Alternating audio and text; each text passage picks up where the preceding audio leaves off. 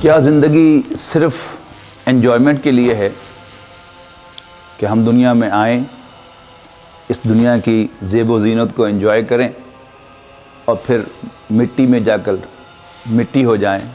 نہیں، ہرگز نہیں۔ اس زندگی کے ایک ایک لمحے کا حساب ہمیں اپنے مالک کے حضور پیش کرنا ہوگا۔ کل نفس ذائقۃ الموت، ہر شخص موت کا مزہ چکھنے والا ہے۔ غافل تجھے گھڑیال یہ دیتا ہے منادی، گردوں نے گھڑی عمر کی ایک اور گھٹا دی۔ Is this life just a fun?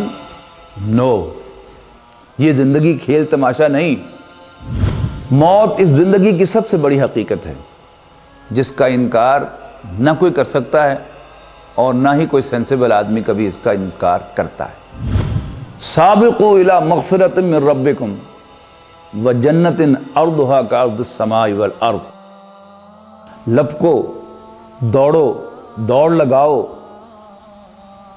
اپنے رب کی بخشش اور اس جنت کے حصول کے لیے جس کی وسعت آسمانوں اور زمین کے برابر ہے۔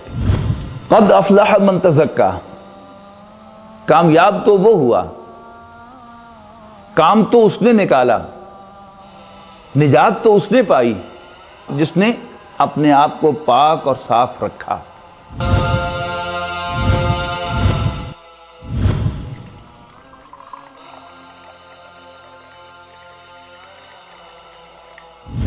یریدون لیطفئوا نور اللہ بافواہہم، یہ چاہتے ہیں کہ اللہ کے چراغ کو، اللہ کی روشنی کو اپنی پھونکوں سے بجھا دیں۔ واللہ متم نورہ ولو کرہ الکافرون، جبکہ اللہ تعالیٰ تو اپنے نور کو مکمل فرما کے رہنے والا ہے، خواہ یہ کافروں کو کتنا ہی ناگوار گزرے۔ یا ایھا الذین آمنوا لم تقولون ما لا تفعلون، ایمان والو کیوں کہتے ہو جو کرتے نہیں ہو؟ زبان سے اللہ اکبر کی صدائیں دیتے ہو لیکن عملاً اللہ تعالیٰ کو بڑا کرنے کے، اس کی حکمرانی کو قائم کرنے کے لیے کوئی جد و جہد نہیں کرتے۔ پرواز ہے دونوں کی اسی ایک فضا میں، کرگس کا جہاں اور ہے شاہی کا جہاں اور، الفاظ و معانی میں تفاوت نہیں لیکن ملا کی اذاں اور مجاہد کی اذاں اور۔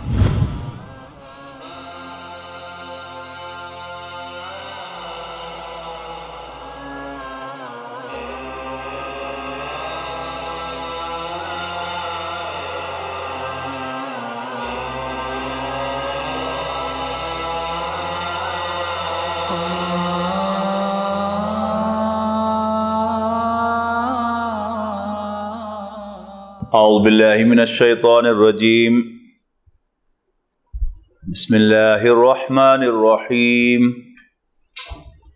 ان الانسان خلق ہلوعا اذا مسہ الشر جزوعا واذا مسہ الخیر منوعا الا المصلین الذین هم علی صلاتهم دائمون والذین فی اموالهم حق معلوم للسائل والمحروم والذین یصدقون بیوم الدین والذین هم من عذاب ربهم مشفقون ان عذاب ربهم غیر مأمون والذین هم لفروجهم حافظون الا على ازواجهم او ما ملكت ایمانهم فانهم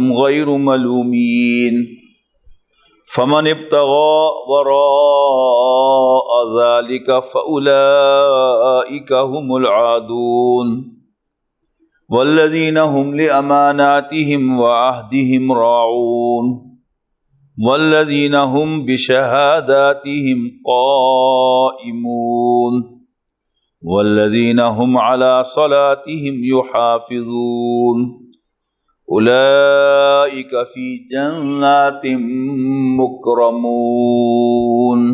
حضرات یہ سورہ معارج کی آیات 19 تا 35 کی تلاوت آپ نے سنی ہے۔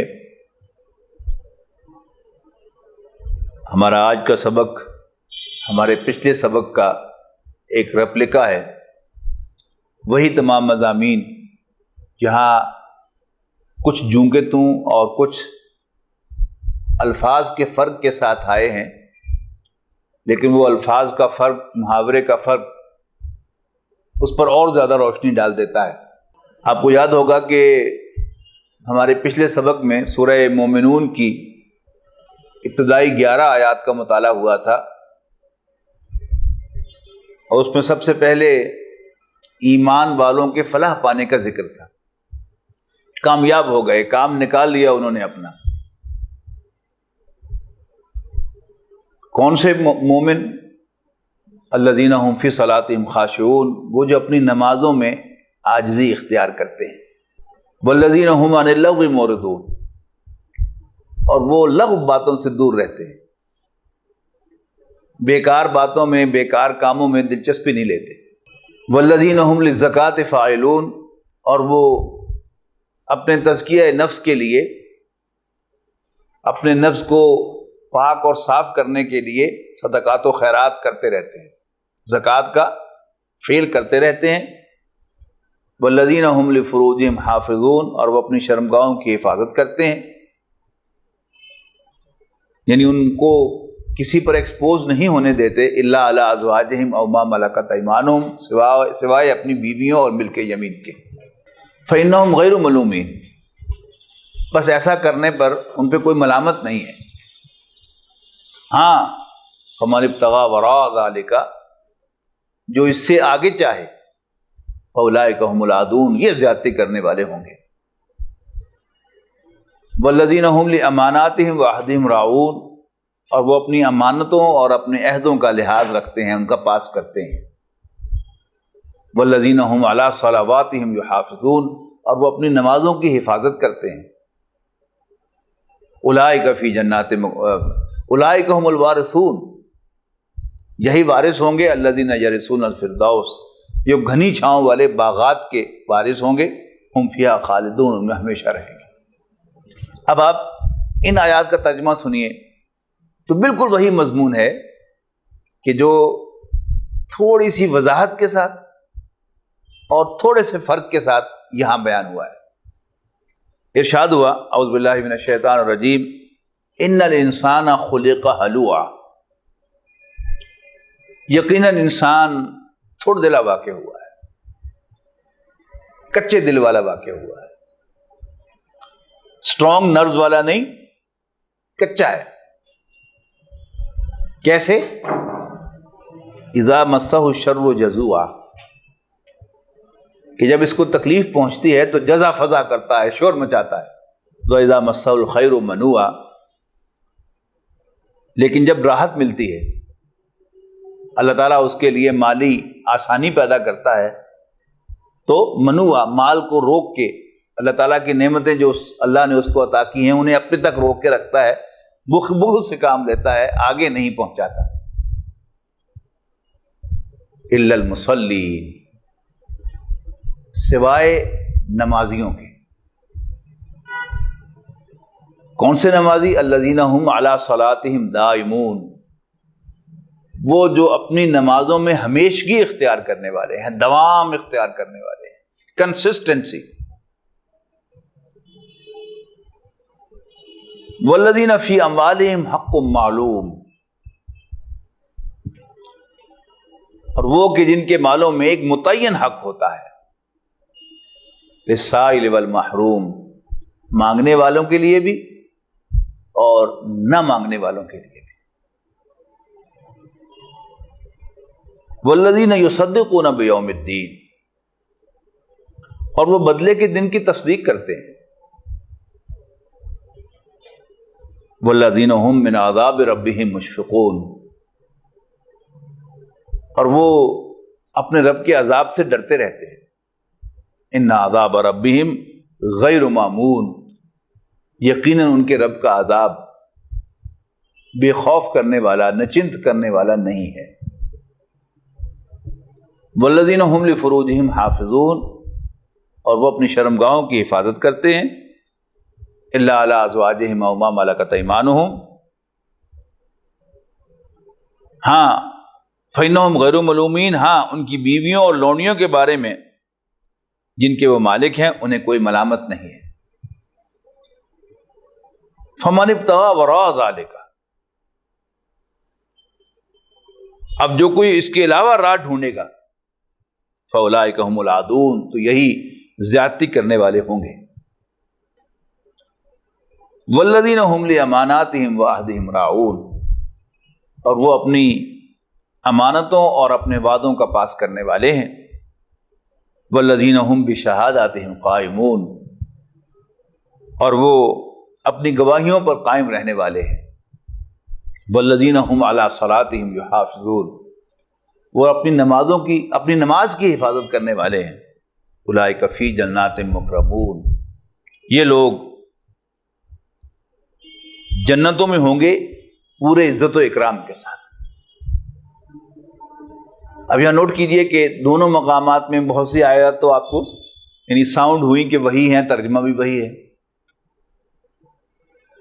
مثلا درمیان میں وہ آیات کے جو سیکس ڈسپلن کے بارے میں ہیں وہ 3 آیات جوں کی توں ہیں، اور ایک آیت جو امانتوں اور وعدوں کے پاسداری کے سلسلے میں ہے وہ بھی سیم ہے۔ کچھ آیات ادھر ہیں ادھر نہیں ہیں، کچھ ادھر ہیں ادھر نہیں ہیں۔ اب ہم ان کا جائزہ لیتے ہیں۔ ایک بات تو میں نے نوٹ کروائی تھی کہ وہاں اول و آخر نماز کا ذکر تھا، کہ ابتدا میں فرمایا کہ الذین ہم فی صلاتہم خاشعون، وہ اپنی نمازوں میں عاجزی اختیار کرتے ہیں، ان کا دل بھی جھک جاتا ہے اللہ کے سامنے، صرف ماتھا ہی نہیں جھکتا، ان کا دل بھی اللہ کے سامنے جھک جاتا ہے۔ من اپنا پرانا پاپی تھا، برسوں میں نمازی بن نہ سکا، یہ کیفیت نہیں، بلکہ الذین ہم فی صلاتہم خاشعون، وہ جو اپنی نمازوں میں جھکنے والے اور خشوع اختیار کرنے والے ہیں۔ اور آخر میں فرمایا تھا والذین ہم علی صلواتہم یحافظون، اور وہ اپنی نمازوں کی حفاظت کرنے والے ہیں۔ اب یہاں نماز کے مضمون کو تلاش کریں آپ سورہ معارج کی ان آیات میں، تو یہاں تو کمال ہو گئی، یعنی وہاں عنوان بنایا تھا قد افلح المومنون کو، مومن کامیاب ہو گئے، مومن فلاح پا گئے۔ یہاں مومن کی بجائے انہیں مسلین کہہ دیا گیا ہے، نماز پڑھنے والے۔ اب نماز ویسے تو یعنی انسان کی بندہ مومن کے اعمال میں سے ایک عمل ہے، لیکن اگر آپ نوٹ کریں تو بندہ مومن کی پہچان جو ہے وہ نمازی ہے، خاص طور پر وہ نماز کہ جو باجماعت وہ مسجد میں جا کے پڑھتا ہے۔ آج کے اس جدید دور میں جو سیکولر دور ہے، اس میں نماز روزے کی اہمیت کو کم کرتے ہوئے بعض دوسرے اوصاف کو ہائی لائٹ کیا جاتا ہے کہ یہ ہیں اصل مومن کے اوصاف: سچ بولنا، کسی کو دھوکہ نہ دینا، انسانی ہمدردی رکھنا۔ بلا شبہ یہ مومن کے اوصاف ہیں، لیکن یہ اوصاف کسی غیر مسلم میں بھی پائے جا سکتے ہیں۔ سچا، دیانتدار، خوش اخلاق، انسانی ہمدردی رکھنے والا ہندو، پارسی اور عیسائی بھی ہو سکتا ہے، لیکن مومن کی پہچان کیا ہے؟ وہ نماز ہے۔ کسی غیر مسلم معاشرے میں آپ رہتے ہوں، یہاں ایک مسجد ہو اور پوری آبادی میں 8-10 گھر ہوں مسلمانوں کے، اب وہاں بے نمازی بھی ہوں گے مسلمان، انفارچونیٹلی۔ اب وہ جو بے نمازی مسلمان ہیں وہ تو رل مل جائیں گے دوسروں کے ساتھ، لیکن وہ مسلمان کہ جو 5 وقت مسجد میں حاضر ہوگا، اس آبادی میں رہنے والے کسی شخص کو اس کے بارے میں کوئی شک نہیں ہوگا کہ یہ مسلمان ہے۔ میرے استاد ایک واقعہ سنایا کرتے تھے، پٹھان تھے، مردان میں جہاں ان کا گاؤں تھا، اس کا کہ پاکستان بننے سے پہلے ہندو مسلمان سکھ اکٹھے رہتے تھے، اور شادی خوشی میں وہ شریک بھی ہوتے تھے ایک دوسرے کے ساتھ۔ اسی طرح کا ایک موقع تھا، دری بچھی ہوئی تھی، لوگ بیٹھے تھے، مسجد سے اذان کی آواز آئی تو کچھ بوڑھے ٹھیڑے اٹھ کے نماز پڑھنے چلے گئے اور 2-3 نوجوان وہیں بیٹھ کے گپے لگاتے رہے۔ تو اس آبادی کا ایک ہندو وہاں پر بیٹھا ہوا تھا، تو اس نے ان نوجوانوں کو مخاطب کر کے کہا کہ بھائی دیکھو، مسجد سے اذان کی آواز آئی، مسلمانوں کو بلایا گیا، جو مسلمان تھے وہ چلے گئے، میں اور یہ اس لیے نہیں گئے کہ ہم ہندو ہیں، اور وہ تینوں اس لیے نہیں گئے کہ وہ سکھ ہیں، تم بتاؤ تمہارا مذہب کیا ہے؟ کیا تو اس نے ٹونٹ، لیکن صحیح ٹونٹ کیا۔ مومن کی نشانی کیا ہے کہ جب اسے مسجد سے آواز آتی ہے حی علی الصلاۃ حی علی الفلاح کی، تو اپنا ہر کام چھوڑ کر حاضر ہو جاتا ہے۔ تو مسلمان کو مومن کہہ لیں، آپ مسلمان کہہ لیں یا نمازی کہہ لیں، اس سے کوئی فرق واقع نہیں ہوتا۔ تو یہاں آغاز کس سے کیا؟ یعنی بجائے مومن کہنے کے کیا فرمایا؟ الا المصلین۔ انسان بڑا تھردلا واقع ہوا ہے، اللہ نے اس کو تھردلا پیدا کیا ہے، امتحان جو لینا اس کا۔ اس کی دلیل کیا دی کہ جب اسے تنگی آتی ہے، مصیبت آتی ہے تو شور بچاتا ہے، او مارا گیا، او مارا گیا، میں تو کبھی سو کو دیکھا ہی نہیں۔ لیکن جب اللہ تعالیٰ مہربانی فرماتا ہے تو اللہ تعالیٰ کی اس مہربانی میں دوسروں کو شریک نہیں کرتا۔ مال روک کے رکھتا ہے، اللہ کی کوئی اور نعمت اس سے کسی اور کو کوئی فائدہ نہیں پہنچاتا، بخل کا مظاہرہ کرتا ہے۔ الا المصلی، سوائے نمازیوں کے۔ تو یہاں پر نمازی جو ہے مومن کے معنوں میں آیا ہے۔ ایمان والے ایسے نہیں ہوتے، مومن کے شایان شان یہ نہیں ہے۔ مومن کو جو ملتا ہے وہ سمجھتا ہے کہ مجھے میرے رب نے عطا کیا ہے، اس پر شکر ادا کرتا ہے۔ اللہ اس سے کوئی چیز لے لیتا ہے تو کہتا ہے انا للہ و انا الیہ راجعون، اللہ نے دی تھی، اللہ نے واپس دے دی۔ لیکن یہاں یعنی وہ ٹائٹل باندھنے کے بعد نمازیوں کا ایک وصف بھی بیان کیا ہے۔ وہ مسجد میں فصلی بڈیروں کی طرح نہیں آتے، بلکہ دوام کے ساتھ آتے ہیں۔ الذین هم علی صلاتہم دائمون، وہ اپنی نمازوں میں دوام اختیار کرنے والے ہیں، ہمیشہ نماز پڑھنے والے۔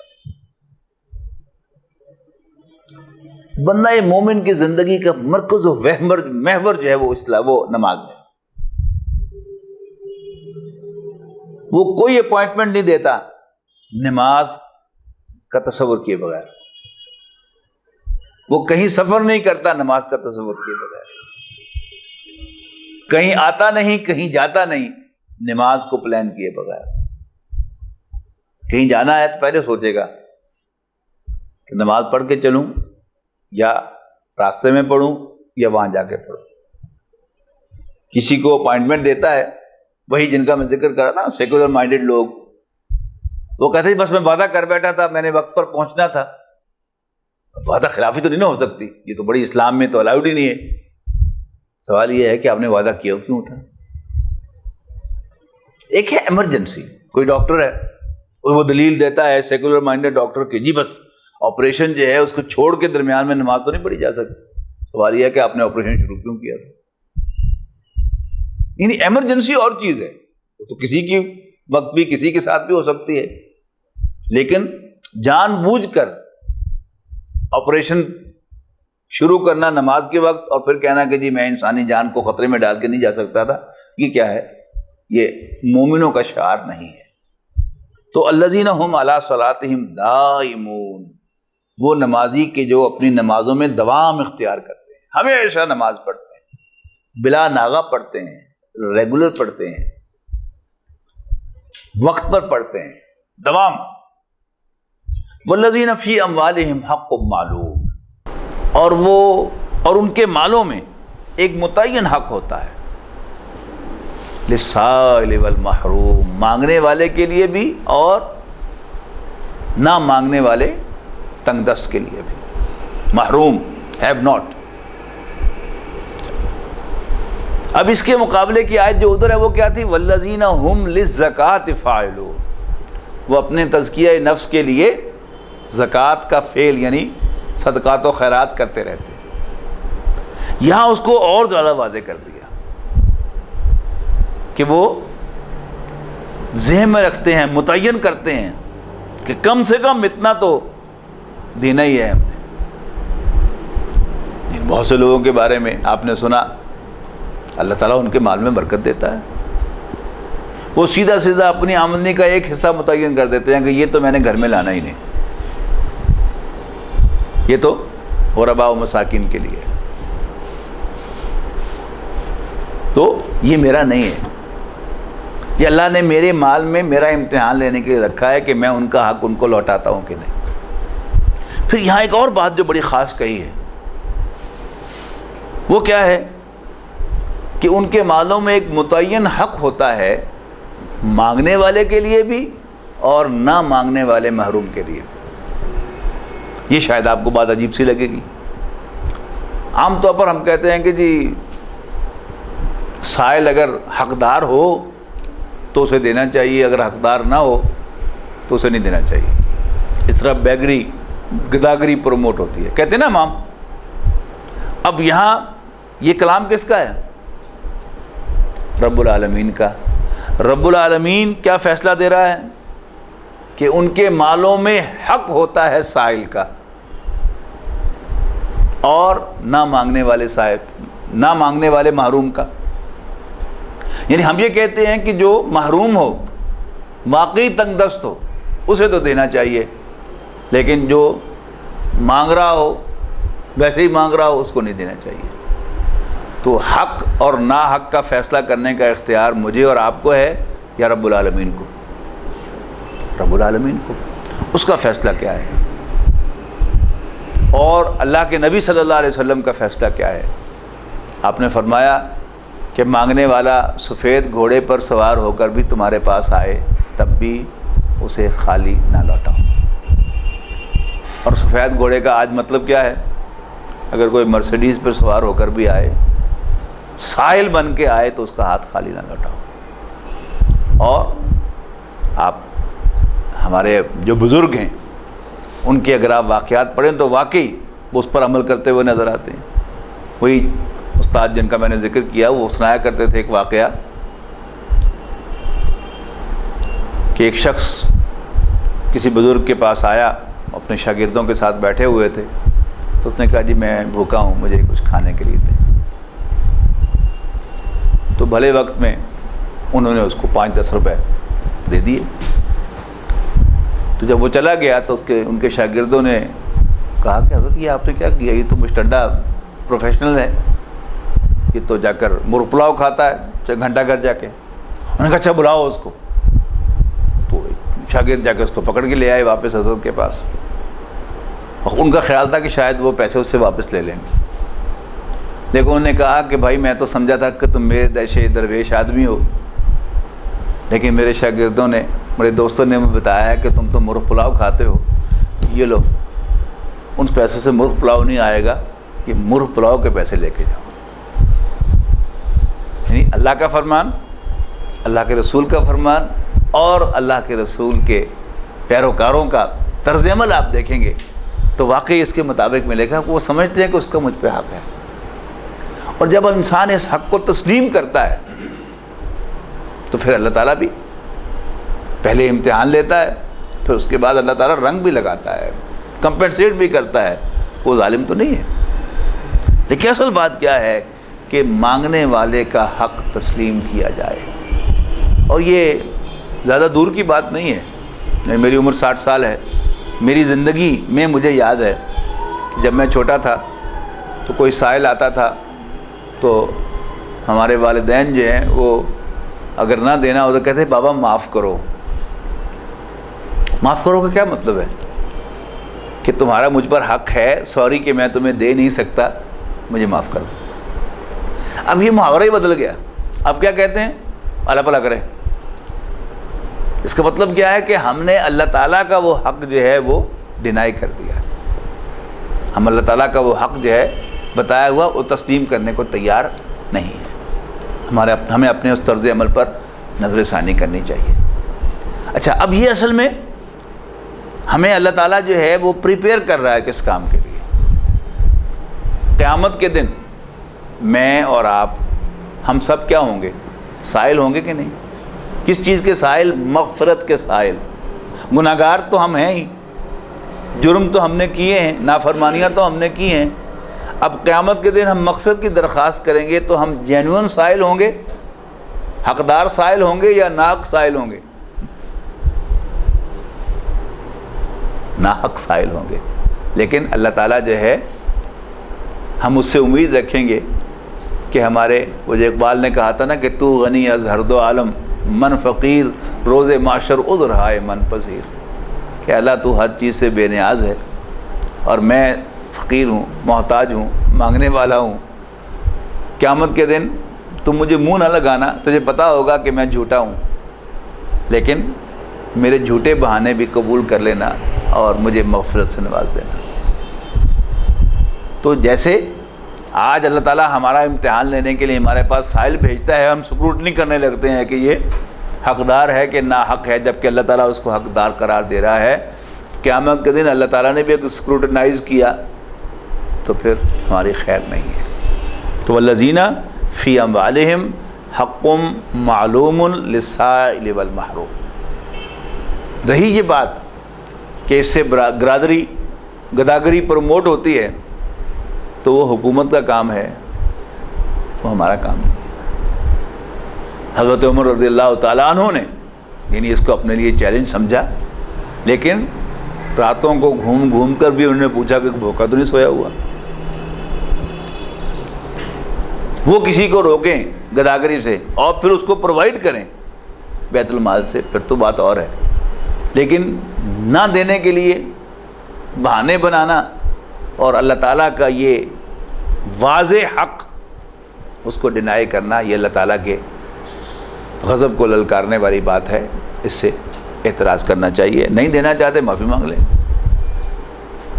لیکن اگر آپ اس حق کو تسلیم کریں گے تو انشاءاللہ آپ کی طبیعت بھی آمادہ ہوگی، اور پھر انشاءاللہ پھر ہم امید بھی رکھ سکیں گے کہ ہم نے اللہ کا یہ حق تسلیم کیا ہے، اللہ تعالیٰ بھی ہمیں قیامت کے دن خیر ڈالے گا۔ اور قیامت کے دن اللہ کی خیر کیا ہے؟ مغفرت کا پروانہ کہ جا تمہیں بخش دیا گیا۔ اللہ تعالیٰ ہم سب کو عطا فرمائے۔ اس کے بعد فرمایا والذین یصدقون بیوم الدین، اور وہ بدلے کے دن کی تصدیق کرتے ہیں۔ والذین هم من عذاب ربهم مشفقون، اور وہ اپنے رب کے عذاب سے ڈرتے رہتے ہیں۔ ان عذاب ربهم غیر معمول، یقیناً ان کے رب کا عذاب بے خوف کرنے والا، نچنت کرنے والا نہیں ہے۔ بدلے کے دن کی تصدیق یہ تو ہم سب کرتے ہیں۔ دائرہ اسلام میں داخل ہوئے کیا کہہ کر؟ آمنت باللہ وملائکتہ وکتبہ ورسلہ والیوم الآخر، کہا نا ہم سب نے۔ تو تصدیق تو ہم سب کرتے ہیں، زبانی تصدیق، لیکن اس کے باوجود ہم آخرت سے، بدلے کے دن سے، اس کے عذاب سے ڈرتے نہیں ہیں۔ لیکن یہ جو جن کا ذکر یہاں پر ہو رہا ہے ان کے بارے میں فرمایا کہ والذین یصدقون بیوم الدین والذین هم من عذاب ربهم مشفقون، اور وہ اپنے رب کے عذاب سے ڈرتے رہتے ہیں۔ کیوں ڈرتے رہتے ہیں؟ ان انگریزی کے دو لفظ ہیں نا، فیئر اور اپریہنشن، ان میں فرق کیا ہے؟ فیئر ریئل ہوتا ہے اور اپریہنشن خام خواہ کا ڈر ہوتا ہے۔ اگر تو آخرت کی حقیقت کوئی نہیں تو پھر اس سے ڈرنا حماقت کی بات ہے، اور اگر آخرت ایک حقیقت ہے، اللہ کا عذاب حق ہے، تو پھر اس سے نہ ڈرنا حماقت کی بات ہے۔ یعنی جو سیکولر وار ہیں، وار جو ہو رہی ہے اسلام اور سیکولرزم کے درمیان، اس میں یہ بھی ایک چکر ہے۔ یعنی یہ ذرا پڑھ لکھ گیا، جس پر دانشوری کا لیبل لگ گیا اور اسے بھی احساس ہوا کہ اب میں دانشور ہوں، تو اس کا ایک وار آخرت پر ہوتا ہے علامہ اقبال جیسا شخص جو ہے وہ بھی کہتا ہے کہ کوئی یہ پوچھے کہ واعظ کا کیا بگڑتا ہے، جو بے عمل پہ بھی رحمت وہ بے نیاز کرے۔ یقیناً یعنی جہاں تک ان الفاظ کا تعلق ہے اس میں ذرا سی کوئی بات بھی غلط نہیں ہے، لیکن قرآن مجید جو بھرا پڑا ہے کیا وہ مذاق ہے؟ ہرگز نہیں۔ اللہ تعالیٰ کے عذاب سے ڈرنا، اور یعنی یہ اصل میں سارا کا سارا جو پیچھے ہے وہ ایمان بالرسالت کی صحیح اسپرٹ نکل جانے کی وجہ سے۔ رسول اللہ صلی اللہ علیہ وسلم پر ہمارا ایمان کہ حضور صلی اللہ علیہ وسلم اللہ کے رسول ہیں اور آخری رسول ہیں، اور نبی اور رسول معصوم ہوتا ہے نا۔ نبی سے بڑھ کر متقی کوئی نہیں ہو سکتا، نبی سے بڑھ کر نیک کوئی نہیں ہو سکتا، لیکن رسول اللہ صلی اللہ علیہ وسلم کی سیرت کو جب ہم دیکھتے ہیں تو ہمیں یہ نظر آتا ہے کہ آپ تو اللہ کے عذاب سے ڈرتے تھے۔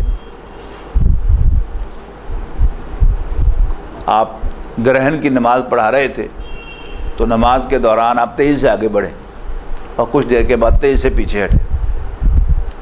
جب بھی کوئی اب نارمل عمل حضور صلی اللہ علیہ وسلم کی طرف سے دیکھنے کو ملتا تھا تو صحابہ ایک سوال کیا کرتے تھے، اللہ کے رسول کو حکم بدل گیا ہے یا کوئی خاص بات تھی؟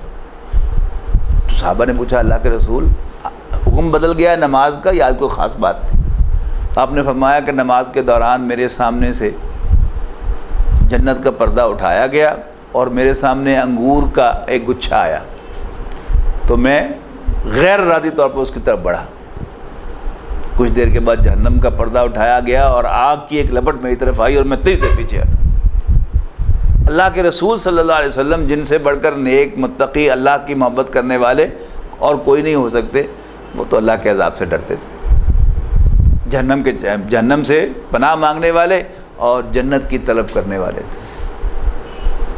تو ہم کون سے بڑے متقی آ جائیں گے کہ ہم نہ جہنم سے ڈریں نہ جنت کی طلب ہمارے اندر رہے؟ یعنی ایک بڑی ہائپوتھیٹیکل سی بات کہ بس اصل چیز جو ہے وہ اللہ کی محبت کی وجہ سے ایسا کرنا چاہیے۔ اللہ کی محبت اس کو زمین پر لے کے آئیں گے تو اللہ کے سب سے زیادہ چاہنے والے اور اللہ کے سب سے بڑے محبوب حضور صلی اللہ علیہ وسلم وہ تو اللہ کے عذاب سے ڈرتے تھے۔ آپ نے فرمایا کہ قیامت کے دن کوئی شخص صرف اپنے اعمال کی بل بوتے پر جنت میں نہیں جا سکتا جب تک اللہ تعالیٰ کی مہربانی شامل حال نہ ہو۔ تو بہت صحابہ نے بڑی جرأت کی، اللہ کے رسول آپ بھی؟ آپ نے فرمایا ہاں، استغفر اللہ ربی 70 مرۃ فی کل یوم، میں تو دن میں 70 دفعہ اللہ سے بخشش مانگتا ہوں، مغفرت طلب کرتا ہوں۔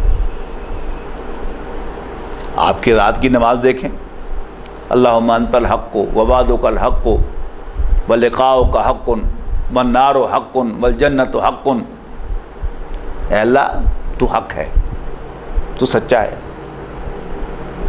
وعدک الحق، تیرا وعدہ بھی سچا ہے، ولقاؤک حق، تیری ساتھ ملاقات بھی حقیقی ہے، ہونے والی ہے، آگ بھی سچ ہے، حق ہے، اور جنت بھی حق ہے۔ حضور صلی اللہ علیہ وسلم تو یہ کہہ رہے ہیں۔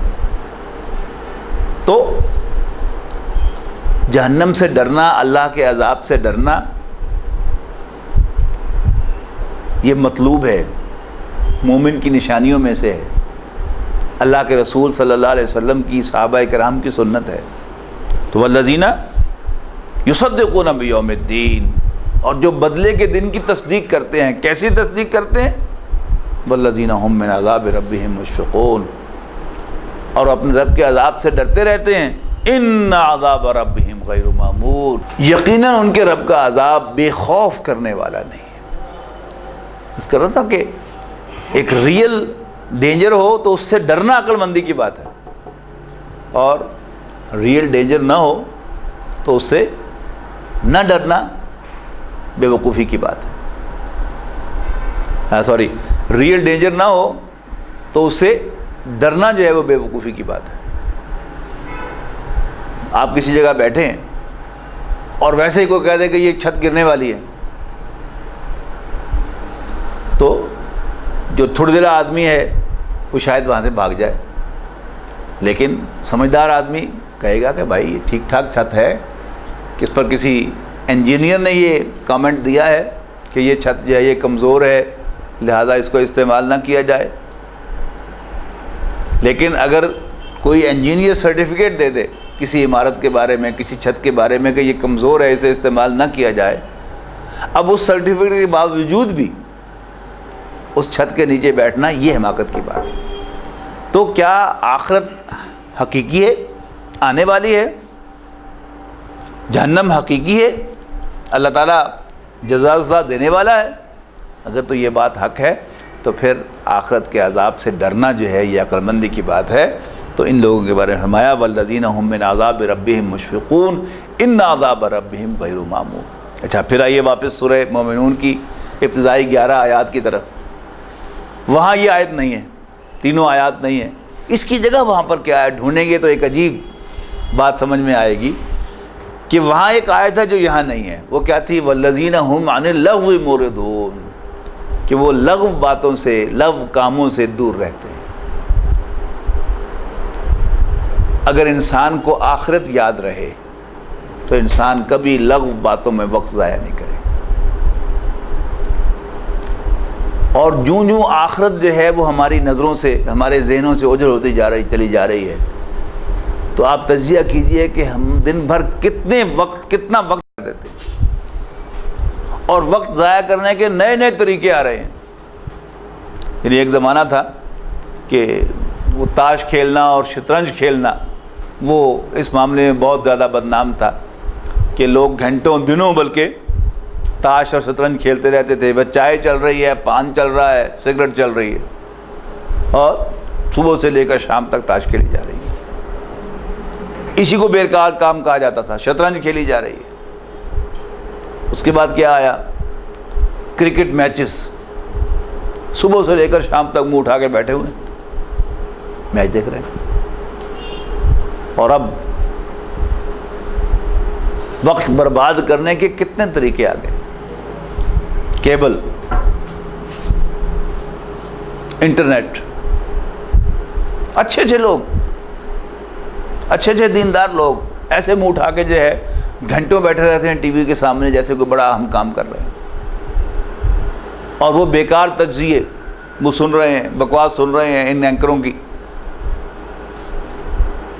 دین کا مذاق اڑا رہے ہیں، اس کو سن رہے ہیں۔ بڑا ہوا تو تبصرہ کر دیا کسی محفل میں بیٹھ کر اس کے بارے میں، بس یہی دین کی کل خدمت ہے جو کر رہا ہے۔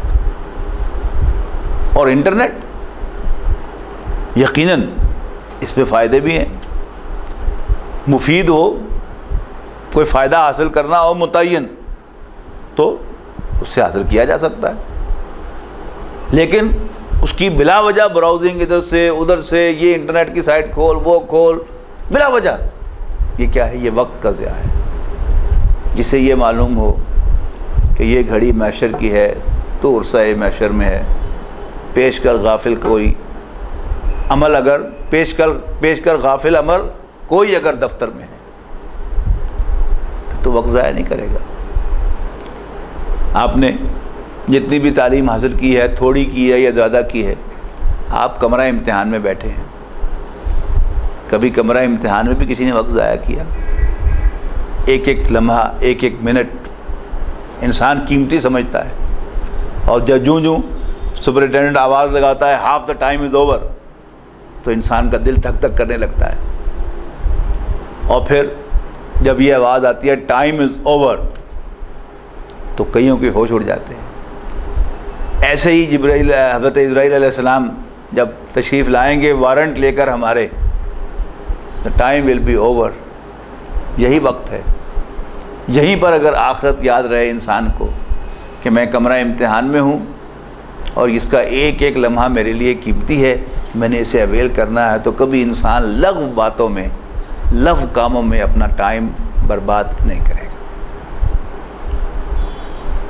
والذین هم لفروجہم حافظون الا علی ازواجہم او ما ملکت ایمانہم فانہم غیر ملومین۔ یہ آیات جوں کی توں آئی ہیں سورہ مومنون میں بھی اور سورہ معارج میں بھی، ترجمہ میں نے ان کا کر دیا ہے، آج ان پر دوبارہ میں گفتگو نہیں کروں گا۔ اسی طرح والذین هم لاماناتہم وعہدہم راعون، یہ آیت بھی جوں کی توں آئی ہے سورہ مومنون میں بھی اور سورہ معارج میں بھی، کہ وہ اپنی امانتوں اور اپنے عہدوں کا اپنے وعدوں کا پاس کرنے والے ہیں۔ اس کے بعد پھر ایک آیت ہے جو وہاں نہیں ہے، والذین هم بشہاداتہم قائمون، اور وہ اپنی گواہیوں پر قائم رہنے والے ہیں۔ اب یہ پورے ان 11 آیات کے اندر شہادت کا کہیں ذکر نہیں ہے، لیکن سورہ مومنون کی یہ ابتدائی 11 آیات ہیں، تو اس سے قبل کیا ہے؟ سورہ حج، اور سورہ حج کی آخری آیت کیا ہے؟ وہ آخری آیت جو ہے وہ ہے ہی آیت شہادت۔ فرمایا وجاہدوا فی اللہ حق جہاد، اللہ کے راستے میں جہاد کرو جیسا کہ اس کے جہاد کا حق ہے۔ واجتباکم، اللہ تعالیٰ نے تمہیں اس کام کے لیے چن لیا ہے، پسند کر لیا ہے، یعنی حضور صلی اللہ علیہ وسلم کے امتی ہونے کے ناطے اب یہ کام اللہ نے نبیوں سے نہیں تمہیں سے لینا ہے، اس لیے کہ حضور آخری نبی ہیں۔ وما جعل علیکم فی الدین من حرج، اور اللہ نے تمہارے لیے دین میں کوئی تنگی نہیں رکھی۔ ملت ابیکم ابراہیم ہوا سماکم المسلمین من قبل وفی ھذا، وہی تمہارے باپ ابراہیم کا طریقہ جنہوں نے تمہارا نام مسلمان رکھا ہے، اور پہلے بھی اور اب بھی۔ اس ساری جد و جہد کا فوکس کیا ہے؟ لیکون الرسول شہیدا علیکم، تاکہ رسول صلی اللہ علیہ وسلم تم پر گواہ بن جائیں قیامت کے دن کہ میں نے اپنا دین پہنچا دیا، میں نے تیرا دین پہنچا دیا۔ وتکونوا شہداء علی الناس، اور تم پوری نوع انسانی پر گواہ بن جاؤ۔ رسول اللہ صلی اللہ علیہ وسلم نے تو جاتے ہوئے گواہی لی، حجۃ الوداع کے موقع پر پوچھا صحابہ سے الا هل بلغت، بتاؤ میں نے پہنچا دیا کہ نہیں؟ صحابہ نے کہا یس، انا نشہد، ہم گواہی دیتے ہیں، انک قد بلغت وادیت ونصحت، آپ نے حق تبلیغ ادا کر دیا، حق نصیحت ادا کر دیا، اور حق خیر خواہی ادا کر دی، حق امانت ادا کر دی۔ پھر پوچھا، بڑا مجمع تھا، سامنے منہ کر کے، پھر دائیں منہ کر کے، پھر بائیں منہ کر کے، تینوں طرف سے یہی جواب ملا۔ پھر کہا اللہم اشہد، اللہ تو بھی گواہ ہے کہ یہ اعتراف کر رہے ہیں کہ میں نے تیرا دین ان تک پہنچا دیا ہے۔ اور پھر فرمایا فلیبلغ الشاہد الغائبہ، جو یہاں موجود ہے اس کا کام ہے، اس کی ذمہ داری ہے کہ وہ یہ دین، یہ پیغام ان لوگوں تک پہنچا دے جو یہاں موجود نہیں ہے۔ تو یہ اللہ کا دین ہے، اس کی گواہی یہاں ان جنرل گواہی کا ذکر ہے، والذین هم بشہاداتہم قائمون، اور وہ اپنی گواہیوں پر قائم رہنے والے ہیں۔ یہ مضمون بڑا اہم ہے۔ عام طور پر جو دیندار لوگ ہوتے ہیں بڑے بزدل ہوتے ہیں، جبکہ دوسرے بعض لوگ جو ہیں جو دین سے تعلق نہیں رکھتے وہ بڑے دلیر ہوتے ہیں۔ تو دینداری ایسی دینداری جس میں کردار نہ ہو وہ اللہ کو پسند نہیں ہے۔ گواہی دینا، ڈٹ کر دینا، خواہ اس کے لیے انسان کی جان چلی جائے، یہ مومن کی شان ہے۔ سورہ آل عمران میں اور سورہ نساء میں، دونوں صورتوں میں خطاب کر کے کہا گیا یا ایھا الذین آمنوا، اے ایمان والو، کونوا قوامین بالقسط شہداء للہ۔ سورہ نساء میں فرمایا کہ اے ایمان والو کھڑے ہو جاؤ، قوامین بالقسط، عدل کے قائم کرنے والے بن کر، شہداء للہ، اللہ کے لیے گواہی دیتے ہوئے، ولو علی انفسکم او الوالدین والاقربین، خواہ وہ گواہی خود تمہارے اپنے خلاف ہو یا تمہارے عزیز و اقارب کے خلاف ہو۔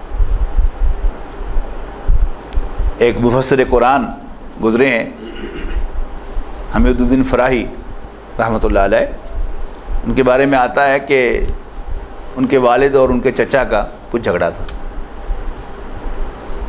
پہلے پراپرٹی کے جھگڑے ہوا کرتے تھے، تو چچا نے کہہ دیا کہ حمید الدین جو فیصلہ کر دے مجھے منظور ہے، لیکن مولانا نے فیصلہ کر دیا چچا کے حق میں، اس لیے کہ وہ حق پر تھا۔ باپ ناراض ہو گیا، لیکن بہرحال دیانت کا تقاضا، امانت کا تقاضا، حق کی گواہی کا تقاضا یہی ہے کہ وَلَوْ عَلَىٰ أَنفُسِكُمْ، تم اللہ کے لیے گواہ بنو، خواہ وہ گواہی تمہارے اپنے خلاف ہو یا والدین کے خلاف ہو یا عزیز و اقارب کے خلاف ہو۔ اور اگر مسلم معاشرے میں یہ رواج آ جائے تو آپ خود سمجھ لیجئے کہ کتنے جھگڑے ختم ہو جائیں گے اور کتنے رش کم ہو جائے گا عدالتوں میں اور کچہریوں میں، اس لیے کہ وہ امانت کی پاسداری اور سچی گواہی، اس کا رواج ہی ختم ہو گیا۔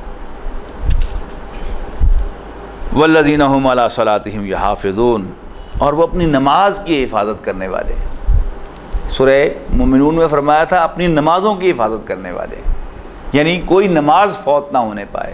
اور نماز کی حفاظت اس سے مراد کیا ہے؟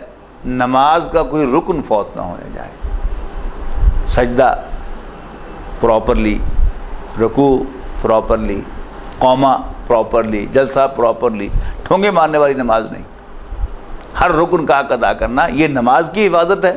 اور نمازوں کی حفاظت کیا ہے؟ ہر نماز کو بر وقت باجماعت مسجد میں جا کر ادا کرنا، وہ نمازوں کی حفاظت ہے۔